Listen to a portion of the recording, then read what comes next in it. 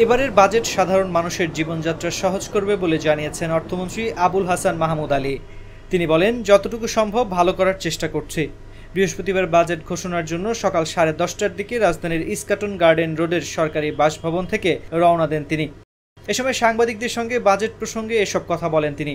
2024-25 অর্থ বছরের জন্য 7,97,000 কোটি টাকার বাজেট দিতে যাচ্ছেন অর্থমন্ত্রী আবুল হাসান মাহমুদ আলী।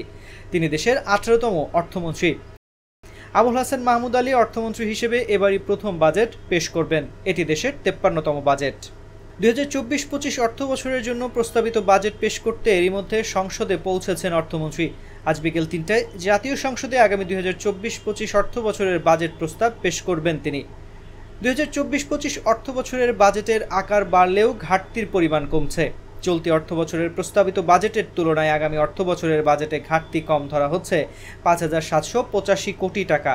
অনুদান ছাড়া বাজেট ঘাটতি ধরা হচ্ছে 2,56,000 কোটি টাকা। তবে অনুদান সহ সামগ্রিক ঘাটতি দাঁড়াবে 2,51,600 কোটি টাকা। অর্থাৎ আগামী অর্থ বছর 4,400 কোটি টাকা অনুদান পাওয়ার লক্ষ্যমাত্রা ধরা হচ্ছে।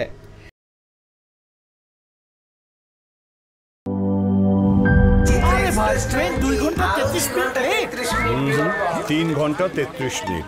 শোনেন, আপনি একটা ডিস্টার্ব। আরো 4 ঘন্টা 33 মিনিট।